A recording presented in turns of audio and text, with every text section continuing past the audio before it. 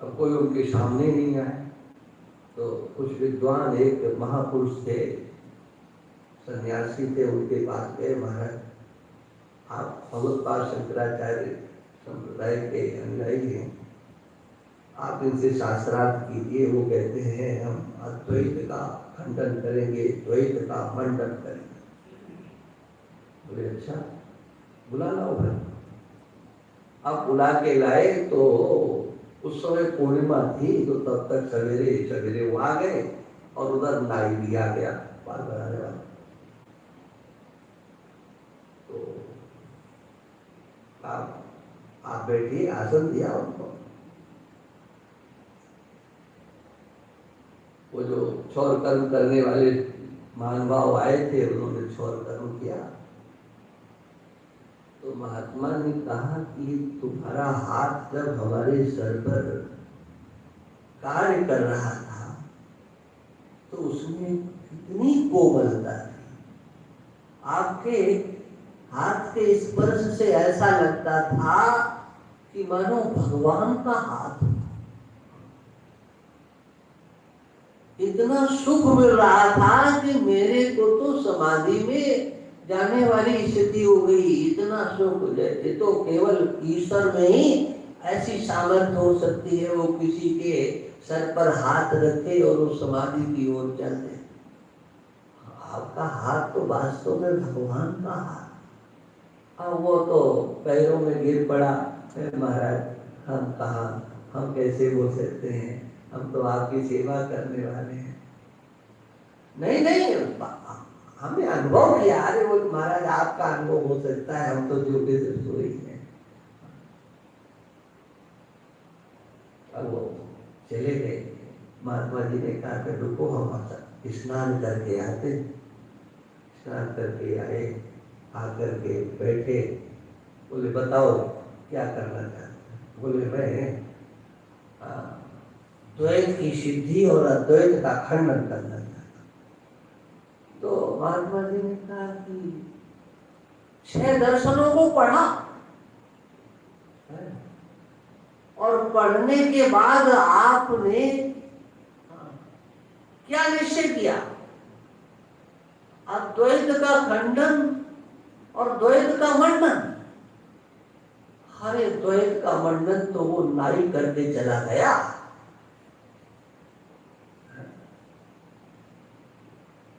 वो तो उसने ही सिद्ध कर दिया कि मैं ईश्वर नहीं हो सकता, मेरा हाथ ईश्वर का हाथ नहीं हो सकता। वो अपने में और ईश्वर में बहुत दूरी मानता है। और 6 दर्शनों को पढ़ने के बाद अगर आप भी इसी कार्य पे उतरे हो तो बताओ, आपकी बुद्धि, आपकी पढ़ाई लिखाई और उसके बुद्धि, उसके ज्ञान में अंतर क्या रहा? माने ये तो कोई भी कह देगा कि मैं ईश्वर नहीं हूं, नाम ईश्वर।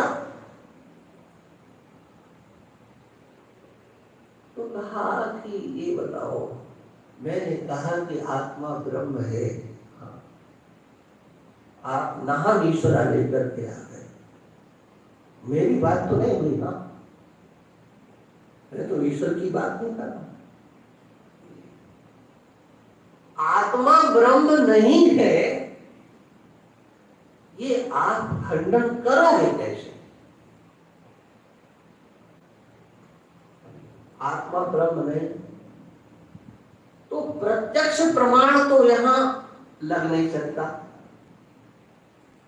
क्या प्रत्यक्ष प्रमाण की गति तो यहां है नहीं। और एक नियम है, क्या, जहां पर प्रत्यक्ष की गति नहीं होती है वहां अनुमान भी नहीं लग पाता है। जहां प्रत्यक्ष की गति नहीं वहां अनुमान नहीं, वहां उपमान नहीं।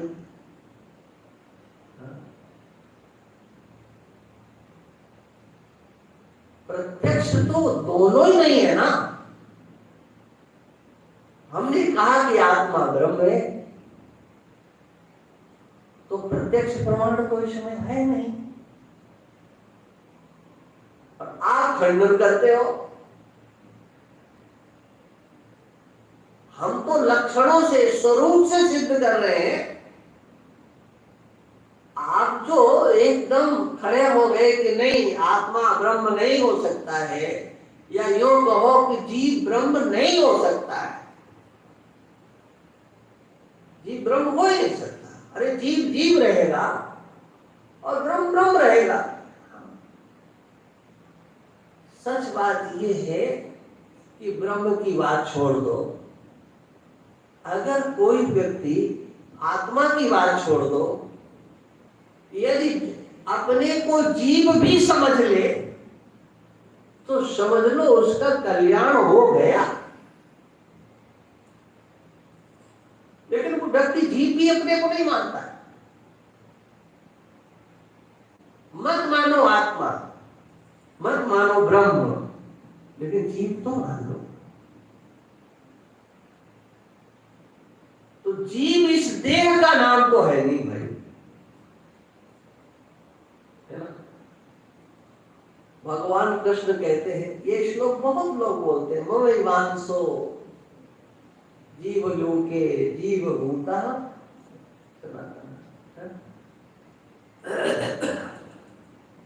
ममैव, भगवान कहते हैं मम एव अंशः।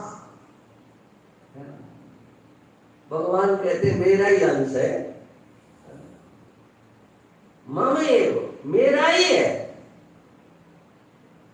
अरे आप अपने को जीव मानते हो तो जो भगवान ने कहा क्या ये मेरा ही है, तो क्या वास्तव में आप अपने को भगवान का मानते हो? एक ही शब्द भगवान का मानते हो, या भगवान का मानते हुए औरों का भी मानते हो? एक बिंदु जी महाराज कभी हुए यहाँ वृंदावन पे, वो एक पद में कहते हैं, यहाँ सब मुझसे कहते हैं तू मेरा है, तू मेरा है। तुम्हारे तो दावेदार जाने कितने हैं, सोचो कितने हैं दावेदार, और सब के सब क्या कहते हैं, ये मेरा है, मेरा है। और दावे बढ़ते चले जाते, कम नहीं होते। माँ बाप का दावा है ना, दादा दादी का दावा, और परदादा वो भी हो अगर तो उनका भी दावा, उनका तो सबसे बड़ा। क्योंकि पुत्र का जन्म होता है तो बाप को सोने की सीढ़ी पर नहीं चढ़ाया जाता है, कौन चढ़ता है ना। क्यों? गुरु का दावा सबसे बड़ा दावा होता है। वो परदादा बोले अब तो मैं परदादा हो गया है, वो भी कहते मेरा। और आगे बढ़े हुए, और आगे बढ़े हुए, और आगे बढ़ा, लड़का हो चाहे लड़की हो, ये तो निश्चित होता है। माँ बाप, बालक बच्चा गर्भ में होता है तभी से कल्पनाओं में डूब जाते हैं, जन्म होगा, बड़ा होगा, पढ़ेगा लिखेगा, यहाँ जाएगा वहां जाएगा, अमेरिका जाएगा, अरब जाएगा, हाँ शादी करेगा, संतान हो, ये सब प्लान पूरे। कोई सोचता है कि कोई ध्रुव बनेगा, प्रहलाद बनेगा और शंकराचार्य भगवान बनकर के और सनातन धर्म का उद्धार करेंगे, सन्यासी बनेगा, हमारा फूल पड़ेगी, कोई सोचता है? कोई भला आदमी नहीं सोचता है। अभी वो बाहर भी नहीं, अंदर से कल्पनाओं के पहाड़ बना लेते हैं, और फिर उस मेरे पने पर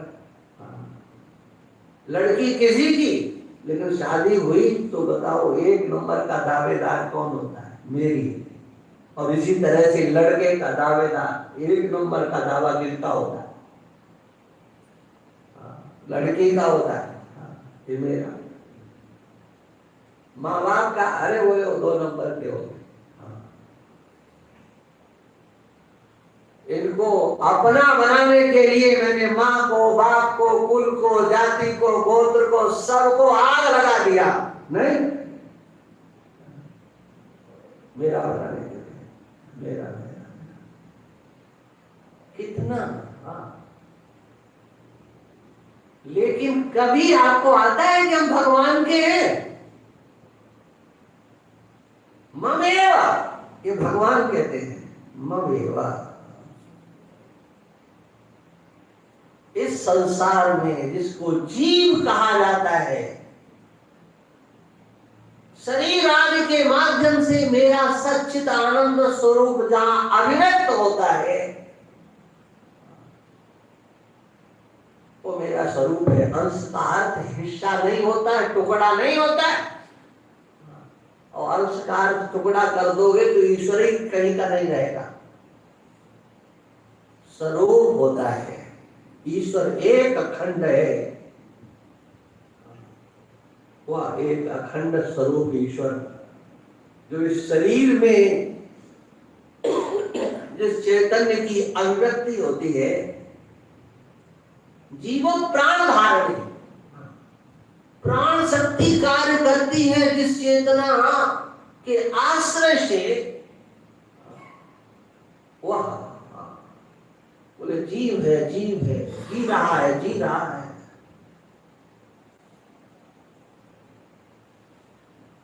ईश्वर का अंश मैं हूं। सोचो, ईश्वर का अंश ये शरीर है क्या? ये तो पृथ्वी, जल, तेज, वायु, आकाश का अंश है, स्वरूप है। ये है क्या? अरे बोले मिट्टी है, मिट्टी में मिलेगी मिट्टी, पानी में पानी। पानी को बबूलो जैसो तेरी जिंदगानी। मिट्टी मिट्टी में मिल जाएगा, पानी पानी में मिल जाएगा, आकाश में मिल जाएगी, हवा हवा में, आकाश आकाश में। ये भगवान का नहीं है। लेकिन कौन मानता है कि मैं भगवान का हूं? भगवान का कैसे मानोगे? भगवान का आप तब मान सकते हो जब पहले भगवान को जान लो।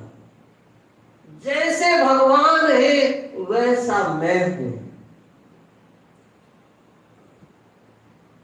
जैसा भगवान वैसा मैं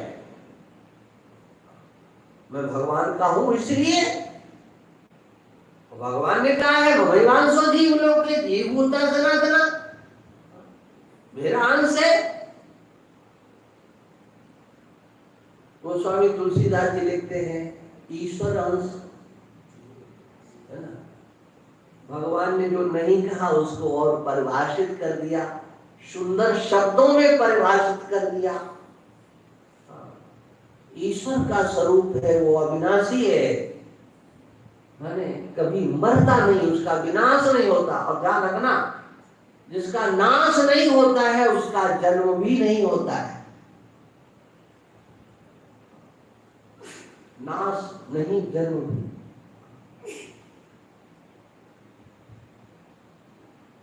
वो चैतन्य स्वरूप है, चेतन। वो नित्य शुद्ध है, उसमें गंदगी नाम की चीज नहीं है। नित्य शुद्ध बुद्ध, अविनाशी से नित्यत्व, चेतनता से ज्ञान स्वरूपता, अमल से शुद्धता और स्वाभाविक सुख रूपता। चेतन अमल सहज सुख राशि, स्वाभाविक प्रकाश स्वरूप। स्वाभाविक, सहज का अर्थ स्वाभाविक। ये सहज शब्द सबके साथ में लगेगा।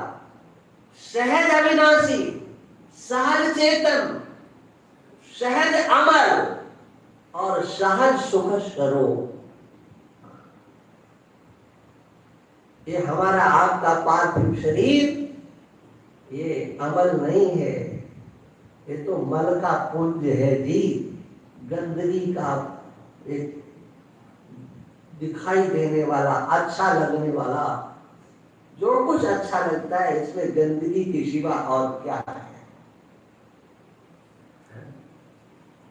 चमड़ी हट जाए, आपका ही हाथ और आपकी ही चमड़ी, और जरा हट जाए चमड़ी,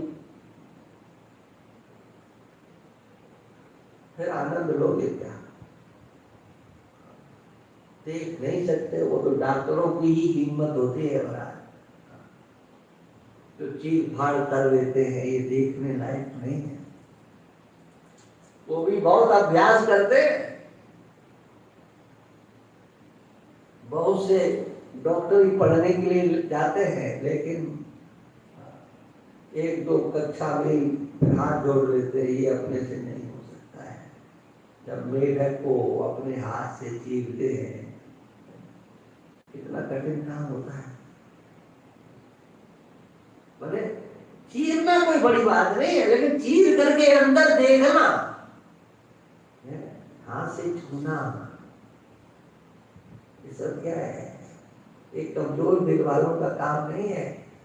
जैसे डॉक्टरों का जो काम है ना, वो कमजोर दिल वालों का नहीं है, ऐसे इस अद्वैत दर्शन की चर्चा भी कमजोर दिल वालों की चर्चा नहीं है। यहाँ पर भी चीर फाड़ करके बराबर कर दिया जाता है। ये चीर फाड़ करना इस सब के बस की बात नहीं होती है। हाँ, हृदय मजबूत करना पड़ता है। मैं किसका हूं, कैसा हूं, क्या हूं? बिंदु जी ने कहा कि सब कहते हैं मेरा है, मेरा है, मेरा है। हमारे तो आज तक समझ में नहीं आया कि मैं हूं किसका। और ये झंझट आपके सिवा कोई दूसरा मिटा नहीं सकता। यहां सब मुझसे कहते हैं तू मेरा है, तू मेरा है, मैं किसका हूं? ये झगड़ा तुम मिटा दोगे तो क्या होगा? दशा बुद्धीन की भगवान संभालोगे तो क्या है? किसका हूं, किसका हूं? अपनी बुद्धि से थोड़ा सा विचार करो। अरे भगवान कह रहे हैं तुम मेरे हो। अब सोचो, भगवान कहते हैं वो ठीक, या संसार के लोग जो दावा कर रहे हैं सो ठीक? भगवान का स्वरूप है मेरे भगवान कृष्ण सच्चिदानंद रूपाय विश्वोत्पत्त्यादि हेतवे तापत्रय विनाशाय श्री कृष्णाय वयम नमः। हम सब प्रणाम करते हैं कौन को? का जो सच्चिदानंद स्वरूप कृष्ण है। कृष्ण है सच्चिदानंद स्वरूप, उनके हम अंश हैं। तो हम कैसे हुए भाई? अरे हम भी वही हुए, दिखाई नहीं पड़ता है। कुछ दिखाई पड़े आपको, तब तो आपको सिद्ध करो कि ये तो रहा मोबाइल और ये रही टावर, ये दोनों प्रत्यक्ष है आपको, ठीक है? इनको भी देख रहे हैं, इसको भी देख रहे हैं।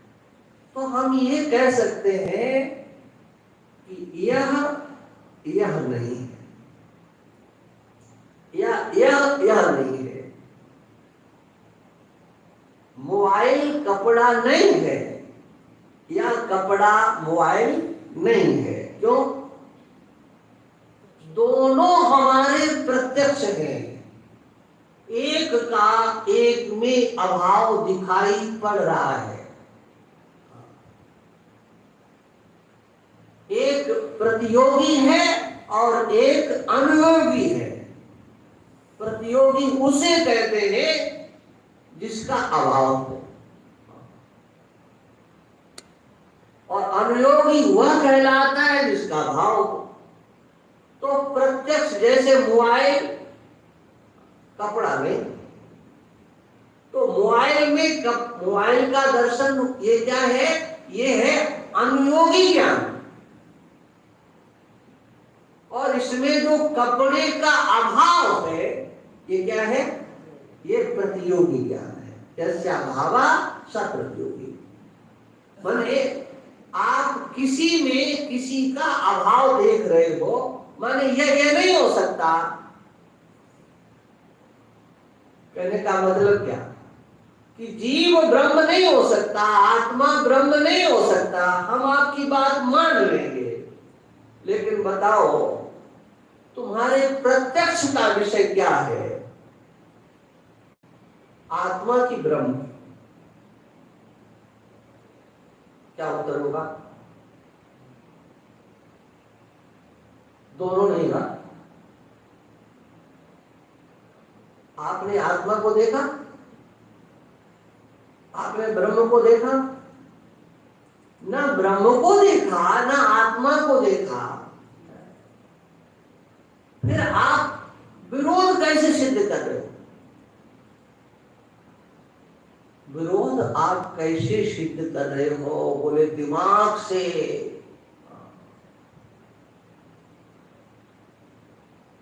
अपने दिमाग से। आत्मा ब्रह्म नहीं हो सकता। तो अच्छा, ब्रह्म की बात तो छोड़ दो, तुमने अपने दिमाग से आत्मा को देखा है? दृश्य कभी दृष्टा नहीं हो सकता, ये ध्यान रख लो, है ना? ये बात गांठ बांध लो। क्या? दृश्य कभी दृष्टा नहीं हो सकता। तो तुम आत्मा ब्रह्म नहीं है, किसका? बोले हमारा आत्मा ब्रह्म नहीं है।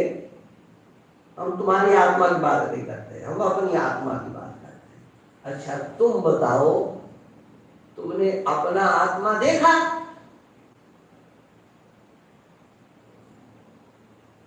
किससे प्रत्यक्ष किया?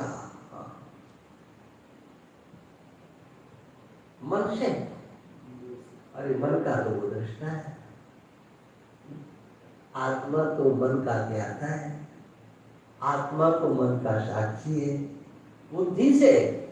अरे बुद्धि का दृष्टा है, बुद्धि से परे है, बुद्धि का ज्ञाता है, बुद्धि का साक्षी है। वहां तक प्रत्यक्ष की गति नहीं। जहां प्रत्यक्ष की गति नहीं, वहां अनुमान की भी गति नहीं। अनुमान में तुम अक्कल लगाओगे तो वो अक्कल की गति वहां नहीं हो सकती, ना मन की गति हो सकती है, ना बुद्धि की गति हो सकती है, क्योंकि वो तो मन और बुद्धि का दृष्टा है, साक्षी है। इसलिए प्रत्यक्ष प्रमाण से भी आप खंडन नहीं कर सकते हो, अनुमान प्रमाण से भी आप खंडन नहीं कर सकते हो।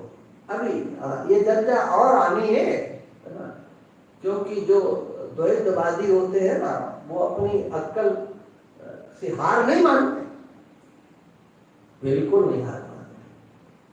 वो यही कहते कभी ऐसा हो नहीं सकता, और जबकि मुख्य विषय क्या है?